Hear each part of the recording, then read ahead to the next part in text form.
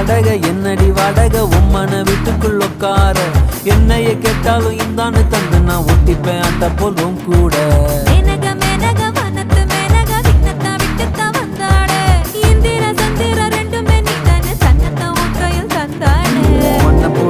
உன்னைய நீ நெஞ்சில் வச்சிருப்பேன் ரொம்ப பத்திரமா சின்ன சிரிப்புல என்ன வளைச்சிட்ட சித்தன வாசல் சித்திரமா